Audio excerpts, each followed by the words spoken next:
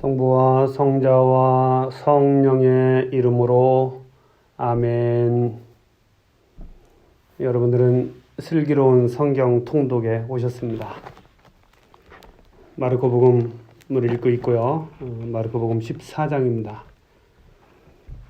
먼저 전체적인 내용을 좀 보고 그리고 성경을 쭉 읽도록 하겠습니다.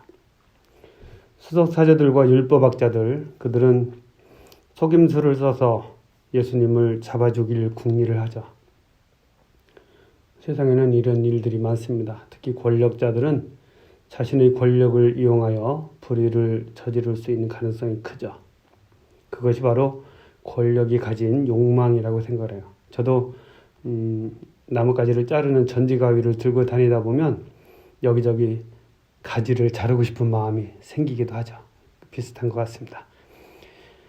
예수님을 위한 향유를 그분이 머리에 부은 여인을 불쾌해하며 나무라는 사람들은 예수님과 같이 식탁에 앉은 몇 사람들입니다.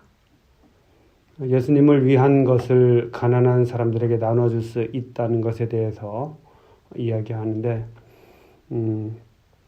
예수님은 가난한 이들은 늘 너희 곁에 있다고 말씀하시고 또 원하기만 하면 언제든지 그들에게 잘해줄 수 있다고 하셨죠. 그렇지만 사실 우리 가난한 사람들 항상 있지만 그들에게 항상 잘해주지 않죠. 성경에서 이야기하는 사람들도 비슷한 모습일 것 같아요. 파스카 음식을 준비해서 먹습니다. 이 파스카는 이집트 종살이에서 벗어나기 위하여 모세의 인도로 탈출하여 가나안으로 간 해방을 기념하기 위하여 매년 양을 잡고 음식을 먹는 그 파스카 예절과 음식이죠. 어린 양이 죽음을 통하여 이스라엘이 이집트로부터 해방을 맞았듯이 이제 예수님이 죽음은 모든 죄에서 해방하고 하느님의 나라를 완성하게 되는 그런 아주 중요한 일을 하게 되는 것입니다. 그리고 그 시간에 예수님은 성체성사를 제정하시죠. 베드로와 제자들은 예수님을 모른다고 하면서 또 떠나가고 아버지와 함께 기도의 시간을 예수님께서 가지십니다. 이제 유다인들의 최고 의회의 시간이죠.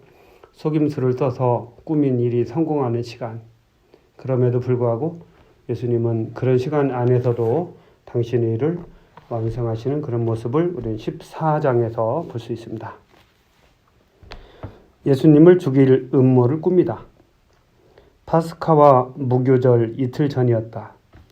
수석사제들과 율법학자들은 어떻게 하면 속임수를 써서 예수님을 붙잡아 죽일까 궁리하고 있었다. 그러면서 백성이 소동을 일으킬지 모르니 축제 기간에는 안 된다 하고 말하였다. 어떤 여자가 예수님의 머리에 향유를 붓다. 예수님께서 베타니아에 있는 나병 환자 시몬의 집에 계실 때의 일이다. 마침 식탁에 앉아 계시는데 어떤 여자가 값비싼 순 나르드 향유 같은 옥합을 가지고 와서 그 옥합을 깨뜨려 그분 머리에 향유를 부었다. 몇 사람이 불쾌해하며 저희끼리 말하였다. 왜 저렇게 향유를 허투루 쓰는가? 저 향유를 300데나리온 이상에 팔아 그 돈을 가난한 이들에게 나누어 줄 수도 있을 터인데. 그러면서 그 여자를 나무랐다. 예수님께서 이르셨다. 이 여자를 가만두어라. 왜 괴롭히느냐? 이 여자는 나에게 좋은 일을 하였다.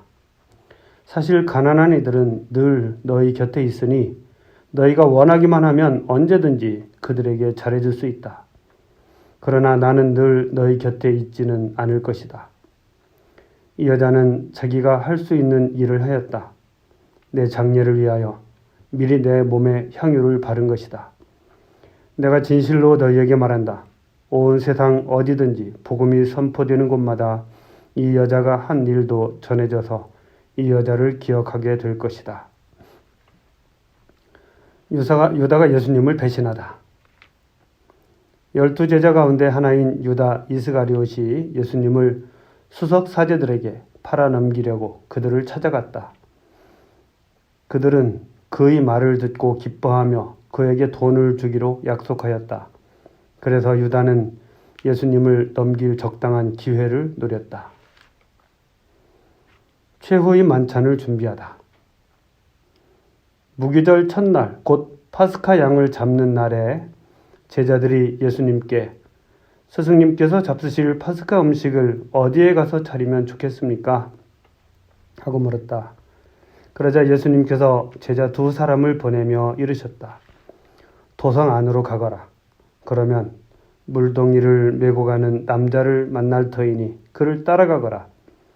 그리고 그가 들어가는 집의 주인에게 스승님께서 내가 제자들과 함께 파스카 음식을 먹을 내 방이 어디 있느냐 하고 물으십니다 하여라. 그러면 그 사람이 이미 자리를 깔아 준비된 큰 2층 방을 보여줄 것이다. 거기에다 차려라. 제자들이 떠나 도성 안으로 가서 보니 예수님께서 일러주신 그대로였다. 그리하여 그들은 파스카 음식을 차렸다. 제자가 배신할 것을 예고하시다. 저녁 때가 되자 예수님께서 제자들과 함께 그곳으로 가셨다. 그들이 식탁에 앉아 음식을 먹고 있을 때 예수님께서 말씀하셨다. 내가 진실로 너희에게 말한다. 너희 가운데 한 사람이 나와 함께 음식을 먹고 있는 자가 나를 팔아 넘길 것이다. 그러자 그들은 근심하며 차례로 저는 아니겠지요? 하고 묻기 시작하였다. 예수님께서 그들에게 이르셨다. 그는 12 가운데 하나로서 나와 함께 같은 대접에 빵을 적시는 사람이다. 사람의 아들은 자기에 관하여 성경에 기록된 대로 떠나간다. 그러나 불행하여라. 사람의 아들을 팔아넘기는 그 사람은 차라리 태어나지 않았더라면 자신에게 더 좋았을 것이다. 성찬례를 제정하시다. 그들이 음식을 먹고 있을 때 예수님께서 빵을 들고 찬미를 드리신 다음 그것을 떼어 제자들에게 주시며 말씀하셨다. 받아라. 이는 내 몸이다. 또 잔을 들어 감사를 드리신 다음 제자들에게 주시니 모두 그것을 마셨다. 그때 예수님께서 그들에게 이르셨다.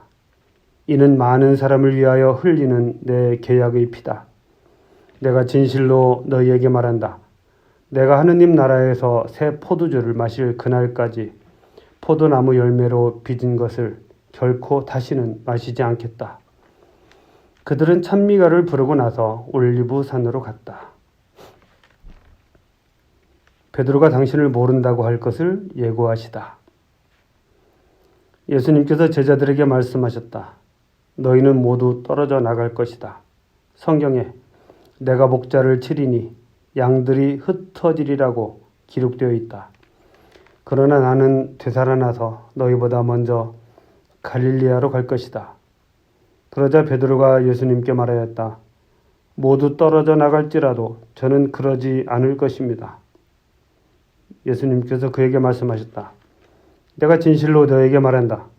오늘 이 밤 닭이 2번 울기 전에 너는 3번이나 나를 모른다고 할 것이다. 그러자 베드로가 더욱 힘주어 장담하였다. 스승님과 함께 죽는 한이 있더라도 저는 결코 스승님을 모른다고 하지 않겠습니다. 다른 이들도 모두 그렇게 말하였다. 겟세마니에서 기도하시다. 그들은 겟세마니라는 곳으로 갔다. 예수님께서는 제자들에게 내가 기도하는 동안 너희는 여기에 앉아 있어라 하고 말씀하신 다음 베드로와 야고보와 요한을 데리고 가셨다. 그분께서는 공포와 번민에 휩싸이기 시작하셨다. 그래서 그들에게 내 마음이 너무 괴로워 죽을 지경이니 너희는 여기에 남아서 깨어 있어라 하고 말씀하셨다.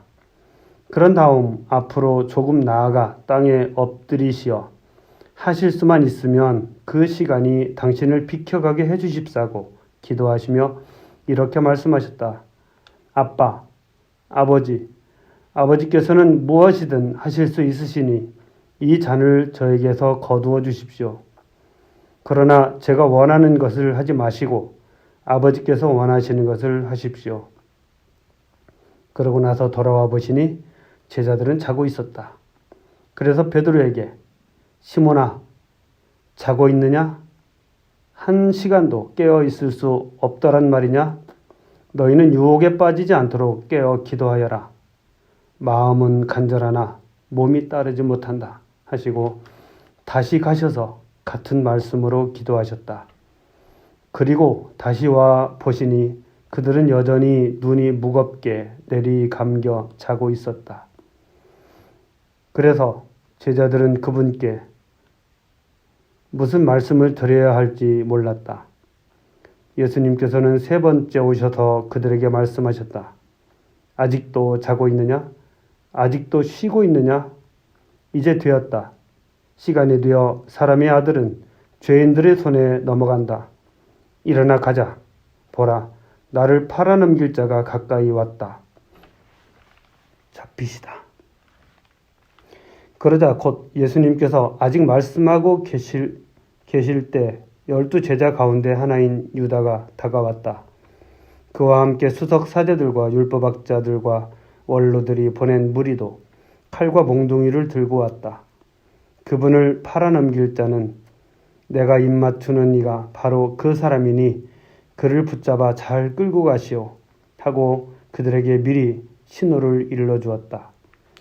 그가 와서는 곧바로 예수님께 다가가 스승님 하고 나서 입을 맞추었다.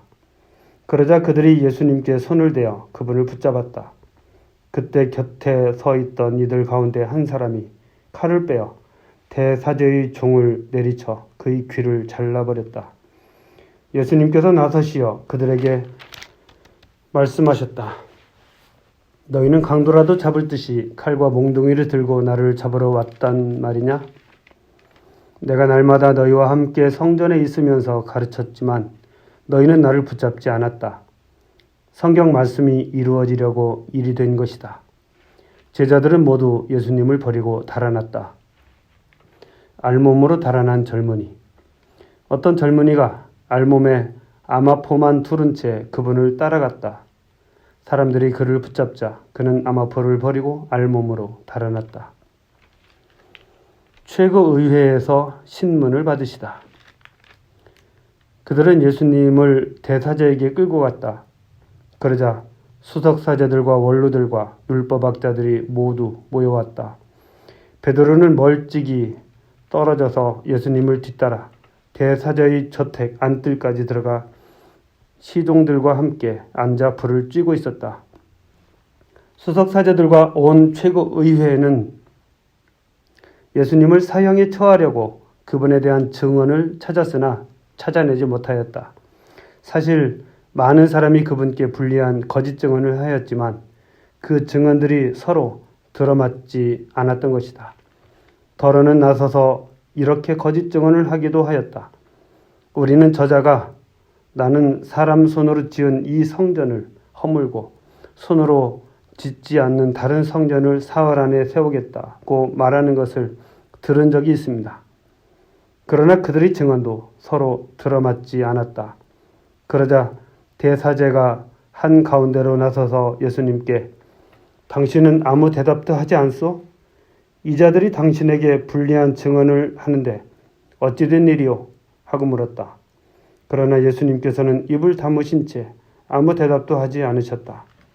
대사제는 다시 당신이 찬양받으실 분의 아들 메시아요? 하고 물었다. 예수님께서 대답하셨다. 그렇다. 너희는 사람의 아들이 전능하신 분의 오른쪽에 앉아있는 것과 하늘의 구름을 타고 오는 것을 볼 것이다. 그러자 대사제가 자기 옷을 찢고 이렇게 말하였다. 이제 우리에게 무슨 증언이 더 필요합니까? 여러분도 하느님을 모독하는 말을 듣지 않았습니까? 여러분의 생각은 어떻습니까? 그들은 모두 예수님께서 사형을 받아야 한다고 마땅하다고 단죄하였다. 예수님을 조롱하다. 어떤 자들은 예수님께 침을 뱉고 그분의 얼굴을 가린 다음 주먹으로 치고서 알아맞혀 보아라 하며 놀려대기 시작하였다. 시종들도 예수님의 뺨을 때렸다. 베드로가 예수님을 모른다고 하다.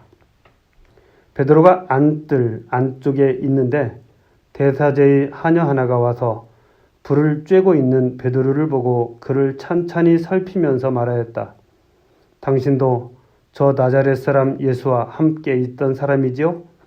그러자 베드로는 나는 당신이 무슨 말을 하는지 알지도 이해하지도 못하겠소 하고 부인하였다. 그가 바깥들로 나가자 닭이 울었다. 그 하녀가 베드로를 보면서 곁에 있는 이들에게 다시 이 사람은 그들과 한패예요 하고 말하기 시작하였다.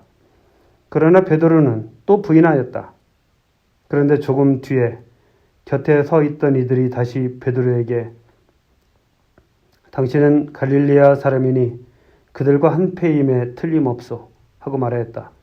베드로는 거짓이면 천벌을 받겠다고 맹세하기 시작하며 나는 당신들이 말하는 그 사람을 알지 못하오 하였다.